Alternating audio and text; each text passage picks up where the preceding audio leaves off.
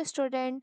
तो आज मैं स्टार्ट करने वाली हूँ केमिस्ट्री ऑफ एल्कीन्स। ओके, ये जो टॉपिक है ये बीएससी फर्स्ट ईयर के सेकंड सेमेस्टर में पूछा गया है। ठीक है, आपने फर्स्ट सेमेस्टर में आपने पढ़ा होगा एल्केन के बारे में। तो जनरली एल्केन क्या होता है? एल्केन मतलब कि कार्बन कार्बन के बीच में सिंगल बॉन्ड प्रेजेंट होता है और उसको क्या बोलते हैं? एल्केन। ठीक है, और ये कैसे कंपाउंड होते हैं? ये जो कंपाउंड होते हैं ये सैचुरेटेड कंपाउंड होते हैं। अगर कोई कंपाउंड है, मान लो ये कंपाउंड है, अगर हम एग्जांपल ले तो ये क्या है? कार्बन कार्बन CH3, यहाँ पे CH3 और यहाँ पे क्या होगा? CH2। तो ये जो कंपाउंड है ये क्या है?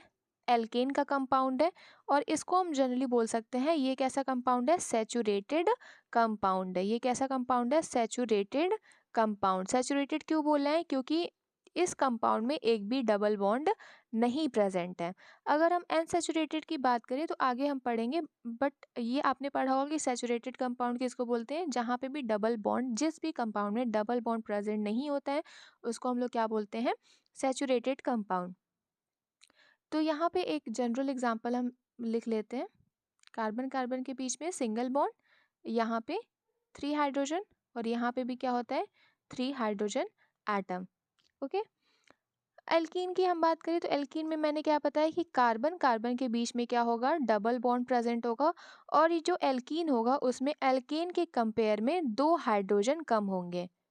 अगर यहाँ पे हम बात करें तो 6 हाइड्रोजन एटम है, यहाँ पे क्या होगा? 2 हाइड्रोजन। एल्कीन में क्या होगा? 2 हाइड्रोजन कम होगा। तो 2 हाइड्रोजन कहाँ कहाँ कम कर सकते हैं? एक हाइड्रोजन यहाँ पे कम कर दिया जाए, एक हाइड्रोजन यहाँ पे कम कर दिया जाए। ठीक है, तो यहाँ पे अगर स्ट्रक्चर का फॉर्मेशन करें, एक स्ट्रक्चर अगर हम लोग यहाँ पे बनाएं तो क्या होगा? एक हाइड्रोजन, यहाँ पे एक हाइड्रोजन, यहाँ पे एक हाइड्रोजन और यहाँ पे भी एक हाइड्रोजन। तो आप ये पॉइंट नोट कर लेना कि एल्केन के कंपेयर में 2 हाइड्रोजन एल्कीन में क्या होगा? कम होगा। यहाँ पे 6 हाइड्रोजन और यहाँ पे कितने हाइड्रोजन है? यहाँ पे जो हाइड्रोजन है वो 4 हाइड्रोजन प्रेजेंट है और कार्बन कार्बन के बीच में क्या है? डबल बॉन्ड प्रेजेंट है। जनरल अगर हम कॉन्फ़िगरेशन की बात करें, इलेक्ट्रॉनिक कॉन्फ़िगरेशन की बात करें कार्बन का, तो क्या होता है? कार्बन के जो वैलेंस इलेक्ट्रॉन वो होते हैं कितने? 4 वैलेंस इलेक्ट्रॉन होते हैं। इसका एटॉमिक नंबर क्या होता है? 6 होता है। तो इसका कॉन्फ़िगरेशन क्या होगा? 1s2 2s2 2p2। ठीक है, 2p2। और ये जो है ये क्या है? ये इसका वैलेंस इलेक्ट्रॉन है। ये क्या है? इसका वैलेंस इलेक्ट्रॉन है। ठीक है, समझ आ गया। इंट्रोडक्शन की अगर हम देखें, इंट्रोडक्शन यहाँ पे देखें तो क्या है लिखा है? डेफिनेशन सबसे पहले पढ़ेंगे तो क्या लिखा है? Hydrocarbon containing a carbon carbon double bond. Hydrocarbon क्या होते हैं? हाइड्रोकार्बन वो होते हैं जिसमें हाइड्रोजन एंड कार्बन प्रेजेंट हो, उसी को हम लोग क्या बोलते हैं? हाइड्रोकार्बन। तो यहाँ पे क्या बोला जा रहा है? हाइड्रोकार्बन। यहाँ पे क्या बोला जा रहा है कि कोई भी ऐसे हाइड्रोकार्बन प्रेजेंट है जिसमें कार्बन कार्बन के बीच में क्या है? डबल बॉन्ड प्रेजेंट है, उसी को हम लोग क्या बोलेंगे? हाइड्रोकार्बन या अनसैचुरेटेड कंपाउंड। जनरल फार्मूला इसका क्या होगा? General formula CnH2n, where n is the number of carbon atom. Okay, तो इसका जनरल फार्मूला क्या है? CnH2n और n क्या डिनोट कर रहा है? नंबर ऑफ कार्बन एटम कितने प्रेजेंट है। समझ आ गया। अगर हम एग्जाम्पल की बात करें तो Cn लिखा है, तो मान लो n अगर यहाँ पे 2 है तो क्या होगा? यहाँ पे n अगर हम लोग 2 लेते हैं तो फॉर्मूला के अकॉर्डिंग क्या करेंगे? CnH2n, यही फॉर्मूला है। तो Cn अगर n अगर 2 है तो क्या होगा? C2H2 इंटू 2, तो कितना होगा? C2H4। तो ये किसका, ये कैसा कंपाउंड है? ये जो कंपाउंड है ये कैसा कंपाउंड है? ये इसको हम लोग बोलते हैं एथाइलिन। ओके, समझ आ गया। तो इस फॉर्मूले के अकॉर्डिंग आप किसी भी मॉलिक्यूल का फॉर्मूला आप फाइंड आउट कर सकते हो। ठीक है, नेक्स्ट अगर हम लोग पॉइंट पढ़े तो यहाँ पे क्या लिखा है? मैंने यहाँ पे डिस्कस किया था, ऊपर क्या लिखा है? They contain 2 fewer hydrogen atom then alkenes मतलब कि एल्केन के कंपेयर में यहाँ पे क्या होता है, 2 हाइड्रोजन एटम कम होते हैं और इनको कैसा कंपाउंड बनाते हैं, अनसैचुरेटेड कंपाउंड बनाते हैं, ठीक है। और कॉमन नेम अगर इनका इनका देखें तो क्या लिखा है, नोन एज ओलिफिन, मतलब कि इसको कैसे किस नाम से जानते हैं, ओलिफिन के नाम से जानते हैं। और ओलिफिन क्यों बोला जाता है, क्योंकि ये क्या करते हैं, ऑयल का फॉर्मेशन करते हैं या ऑयल को बनाते हैं, ठीक है। क्यों, कब बनाएंगे, जब कोई भी हाइड्रोकार्बन क्या करेगा, क्लोरीन और ब्रोमीन के साथ रिएक्ट करेगा, तब ये क्या करेंगे, ऑयल का फॉर्मेशन करेंगे। समझ आ गया। अक्रेंस अक्रेंस क्या होता है, मतलब कि कहाँ पे पाए जाते हैं, ये जो होते हैं seldom found free in nature, produced industrially by cracking petroleum, मतलब कि पेट्रोलियम को क्या करते हैं, क्रैक करते हैं, तो ये क्या होते हैं, फॉर्म होते हैं, ठीक है। नेक्स्ट अगर हम देखें इनका मॉलिक्यूलर स्ट्रक्चर हम देखें तो एथाइलिन के केस में अगर हम मॉलिक्यूलर स्ट्रक्चर देखें, और एथाइलिन होता क्या है, जनरली एथाइलिन क्या होता है, आपने मैथ पढ़ा होगा, मैथ, एथ, प्रॉप, ब्यूट। मैथ मतलब कि जहाँ पे एक कार्बन प्रेजेंट हो, एथ मतलब जहाँ पे 2 कार्बन प्रेजेंट हो, प्रॉप मतलब कि जहाँ पे 3, और ब्यूट मतलब 4। तो मैथ क्या रिप्रेजेंट करता है, जहाँ पे एक कार्बन प्रेजेंट होगा उसको क्या लिखेंगे, मैथ, मीथेन। समझ आ गया। अगर हम बात करें यहाँ पे CH4 की, तो ये कैसा मॉलिक्यूल है, इसको क्या नाम देंगे, इसको जो नाम देंगे उसको बोलेंगे मीथेन। समझ आ गया, इसको बोलेंगे मीथेन। अगर यहाँ पे एथाइलिन की बात हुई है, तो एथाइलिन मतलब क्या रिप्रेजेंट कर रहा है, यहाँ पे 2 कार्बन एटम प्रेजेंट होंगे, और इन क्या रिप्रेजेंट करता है, कार्बन कार्बन के बीच में डबल बॉन्ड। जहाँ पे भी कार्बन कार्बन के बीच में डबल बॉन्ड होगा उसको क्या नाम देंगे, इन। लास्ट में क्या ऐड करेंगे, प्रेफिक्स यूज करते हैं इन। समझ आ गया।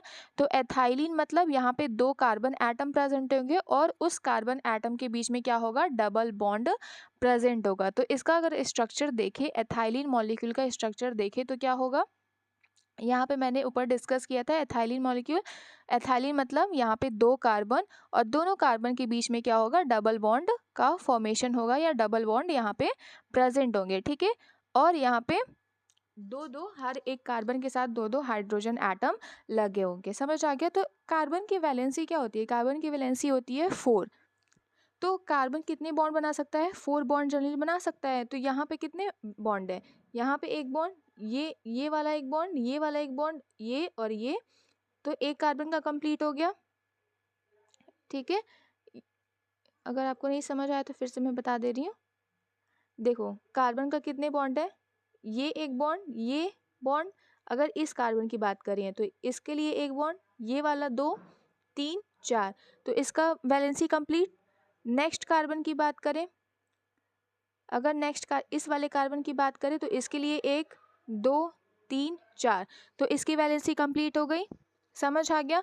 तो एल्केन के कंपेयर में यहाँ पे 2 कम हाइड्रोजन होंगे और कार्बन कार्बन के बीच में क्या होगा, डबल बॉन्ड प्रेजेंट होगा, ठीक है। तो यहाँ पे क्या देखना है, मॉलिक्यूलर स्ट्रक्चर देखना है, किसके केस में, एथाइलिन के केस में हमको एल्कीन का स्ट्रक्चर देखना है, ठीक है। अगर हम हाइब्रिडाइजेशन की बात करें तो हर एक कार्बन का, यहाँ पे एथाइलिन मॉलिक्यूल ड्रॉ कर लेते हैं, यहाँ पे एथाइलिन मॉलिक्यूल को क्या कर लेते हैं, ड्रॉ कर लेते हैं। इस पॉइंट को पढ़ो, क्या लिखा है, carbon atom in alkene are sp2 hybridise, मतलब कि हर एक कार्बन, इंडिविजुअल कार्बन, ये एक कार्बन और ये एक कार्बन, ठीक है। तो इंडिविजुअल कार्बन का जो वो होगा, हाइब्रिडाइजेशन होगा, वो क्या होगा, sp2। समझ आ गया। इसका जो हाइब्रिडाइजेशन होगा वो क्या होगा, sp2 hybridisation, individual carbon atom का। इसका भी हाइब्रिडाइजेशन क्या होगा, sp2। अगर कोई एल्कीन मॉलिक्यूल प्रेजेंट है तो उसका जो इंडिविजुअल कार्बन एटम होगा उसका जो हाइब्रिडाइजेशन होगा वो क्या होगा, sp2 हाइब्रिडाइजेशन। समझ आ गया। अगर बॉन्ड की बात करें, हाइब्रिडाइजेशन आपको समझ आ गया। बॉन्ड टाइप की बात करें तो यहाँ पे कार्बन कार्बन कार्बन के बीच में एक सिग्मा बॉन्ड प्रेजेंट होता है, यहाँ पे एक सिग्मा बॉन्ड प्रेजेंट होता है, और एक क्या होता है, पाई बॉन्ड का फॉर्मेशन हुआ रहता है। अब ये सिग्मा बॉन्ड बनते कैसे हैं, ठीक है। तो जो सिग्मा बॉन्ड होता है वो क्या होता है, हेड टू हेड ओवरलैप करते हैं।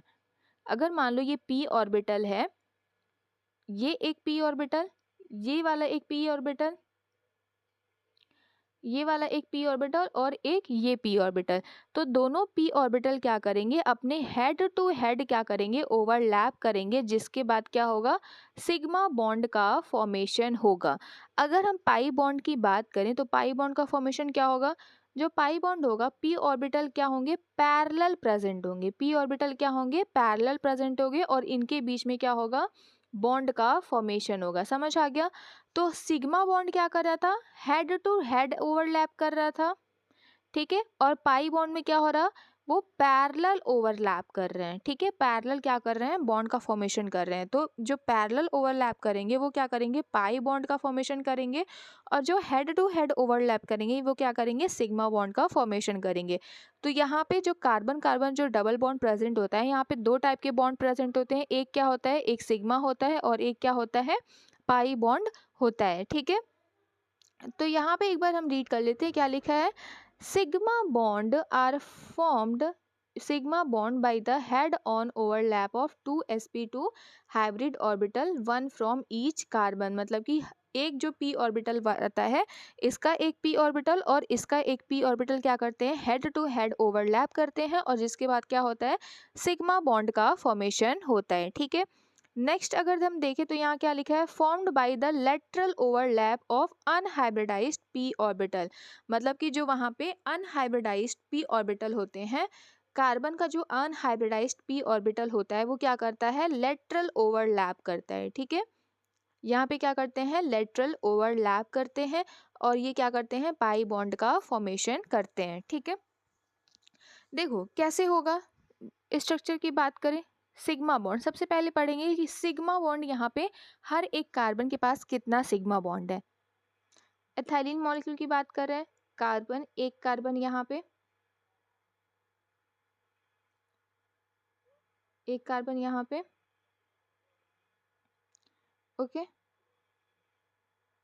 और इसका एक पी ऑर्बिटल, इसका एक पी ऑर्बिटल क्या बॉन्ड फॉर्म कर रहा है, सिग्मा बॉन्ड का फॉर्मेशन कर रहा है, ठीक है।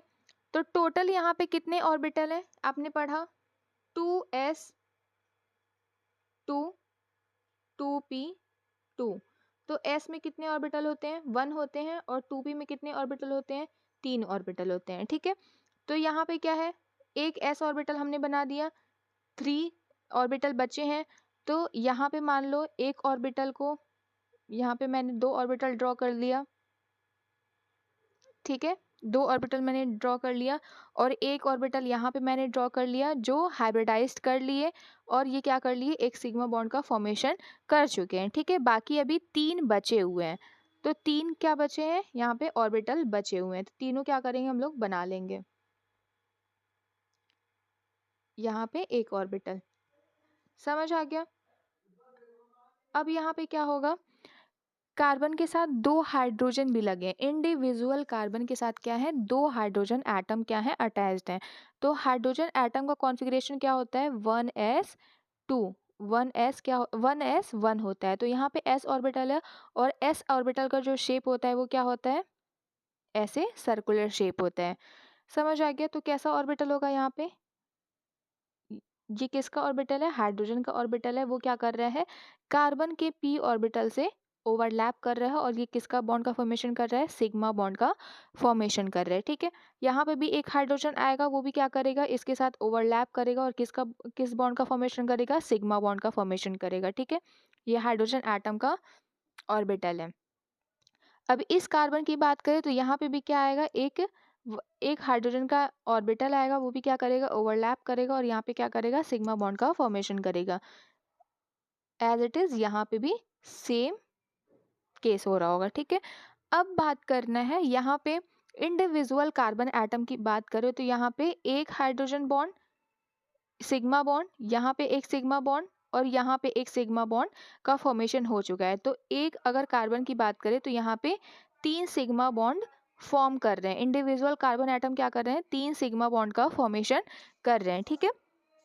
अब पाई बॉन्ड का फॉर्मेशन करना है, तो पाई बॉन्ड का फॉर्मेशन कैसे होगा, देखो पाई बॉन्ड का फॉर्मेशन क्या होगा, जो लेटरली प्रेजेंट है, जो ऑर्बिटल क्या है, p ऑर्बिटल लेटरली प्रेजेंट है, वो क्या करेंगे, उसके साथ पैरेलल ओवरलैप करेंगे। क्या करेंगे, पैरेलल ओवरलैप करेंगे। और इसके बाद पैरेलल ओवरलैप के बाद क्या करेंगे, पाई बॉन्ड का फॉर्मेशन करेंगे। समझ आ गया। तो जो लेटरल ओवरलैप कर रहे हैं वो क्या कर रहे हैं, पाई बॉन्ड का फॉर्मेशन कर रहे हैं। जो अनहाइब्रिडाइज्ड ऑर्बिटल हैं, किसी से भी हाइब्रिडाइजेशन नहीं किए हैं, ठीक है, समझ आ रहा है, जो किसी से भी हाइब्रिडाइजेशन नहीं किए हैं, एज इट इज प्रेजेंट है, वो क्या करेंगे, वो पाई बॉन्ड का फॉर्मेशन कर रहे हैं। समझ आ गया। तो इंडिविजुअल कार्बन की बात करें तो 3 सिग्मा बॉन्ड का फॉर्मेशन हो रहा है और एक पाई बॉन्ड का फॉर्मेशन हो रहा है। समझ आ लेंथ, अब बॉन्ड लेंथ आपको पढ़ना है कि कार्बन कार्बन के बीच में जो कार्बन कार्बन बॉन्ड था, डबल बॉन्ड था, उसके बीच का डिस्टेंस क्या था, और कार्बन हाइड्रोजन के बॉन्ड लेंथ यानी बॉन्ड डिस्टेंस क्या था। तो जनरली अगर यहाँ पे देखें तो यहाँ पे क्या लिखा है, कार्बन कार्बन का डिस्टेंस यहाँ पे क्या है, 1.34 एंगस्ट्रॉन। ठीक है, यहाँ पे जो डिस्टेंस है 1.34 एंगस्ट्रॉन। ठीक है, और कार्बन हाइड्रोजन की बात करें, कार्बन हाइड्रोजन की जो डिस्टेंस है वो क्या है, 1.09 एंगस्ट्रॉन। समझ आ गया। तो किसकी डिस्टेंस ज़्यादा है, कार्बन कार्बन डबल बॉन्ड की डिस्टेंस क्या है, ज़्यादा है। ठीक है, अगर हम बॉन्ड एंगल की बात करें तो बॉन्ड एंगल जो होता है वो क्या होता है, हाइड्रोजन हाइड्रोजन के बीच में भी 120 एंगल होता है, और हाइड्रोजन और इस बॉन्ड के बीच का जो भी क्या होता है 120 एंगल होता है। ठीक है, यहाँ पे लिखा होगा।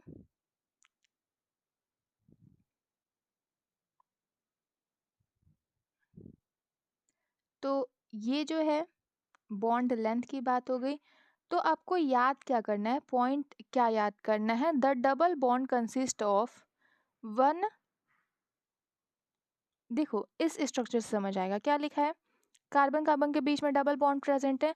तो डबल बॉन्ड जो प्रेजेंट है तो वो क्या कर रहा है, वन सिग्मा बॉन्ड, मतलब कि एक सिग्मा बॉन्ड है उस कार्बन कार्बन डबल बॉन्ड के बीच में, और एक क्या है, पाई बॉन्ड प्रेजेंट है। तो ये आपको याद रखना है कि जो कार्बन कार्बन के बीच में जो दो बॉन्ड बन रहे हैं तो वो दोनों बॉन्ड में क्या है, एक सिग्मा बॉन्ड है और एक क्या है, पाई बॉन्ड है। ठीक है, नेक्स्ट पॉइंट क्या याद रखना है कि alkene are more reactive than alkanes, मतलब कि एल्कीन जो होता है वो क्या होता है, एल्कीन। ठीक है, ये क्या है, एल्कीन है। और एल्केन क्या होता है, जिनमें सिंगल बॉन्ड प्रेजेंट हो कार्बन कार्बन के बीच में। ठीक है, तो यहाँ पे क्या कह रहा है कि जो एल्कीन है वो more reactive than alkane because the pi electron are more exposed and easily accessible to for the reaction. मतलब कि जो ये पाई जो इलेक्ट्रॉन जो थे, जो अनहाइब्रिडाइज्ड जो ऑर्बिटल बना रहे थे पाई बॉन्ड, वो क्या कर रहे हैं, मोर एक्सपोज्ड है, मतलब कि बहुत ऊपर की तरफ ऐसे प्रेजेंट है, जिसकी वजह से जो इनकी इलेक्ट्रॉन की डेंसिटी क्या है, वो रिएक्टिविटी क्या है इलेक्ट्रॉन की, बहुत ज़्यादा है। ठीक है, तो ये क्या होते हैं, एल्केन के कंपेयर में बहुत ज़्यादा रिएक्टिव होते हैं, क्योंकि जो इनका इलेक्ट्रॉन होता है ये इस पी ऑर्बिटल में वो बहुत ही एक्सपोज्ड होता है। ठीक है, और जिसकी वजह से एल्कीन की रिएक्टिविटी एल्केन के कंपेयर में क्या होती है, ज़्यादा होती है। तो आई होप ये जो वीडियो है आपको समझ आया होगा। तो नेक्स्ट वीडियो में हम लोग बात करेंगे नॉमेनक्लेचर की और आयुपैक सिस्टम की। ठीक है, कि आईयूपीएसी नॉमेनक्लेचर की समझ आ गया, और आइसोमेरिज्म की, कि ऐसे कैसे कैसे वो उनका जो स्ट्रक्चर होता है, उनका जो मॉलिक्यूलर फार्मूला होता है वो सेम होता है, लेकिन स्ट्रक्चर कैसे डिफरेंट हो सकता है। ठीक है, और आयुपैक नेम सीखेंगे, जैसे इथा एथिल वो था, इथीन था। ठीक है, और एथाइलिन आता है, और बहुत सारे लॉन्ग चेन शॉर्ट चेन होते हैं जहाँ पे ब्रांचिंग हुई रहती है। तो ये जो लेक्चर है वो नेक्स्ट वीडियो में हम लोग को देखने को मिलेगा। तो ये जो इंट्रोडक्शन था ये जनरल इंट्रोडक्शन था। तो आई होप आपको ये समझ आया होगा, और अगर समझ आया होगा तो प्लीज़ लाइक एंड सब्सक्राइब ज़रूर करना, और वीडियो को शेयर करना बिल्कुल मत भूलना है। थैंक यू, मिलते हैं नेक्स्ट वीडियो में।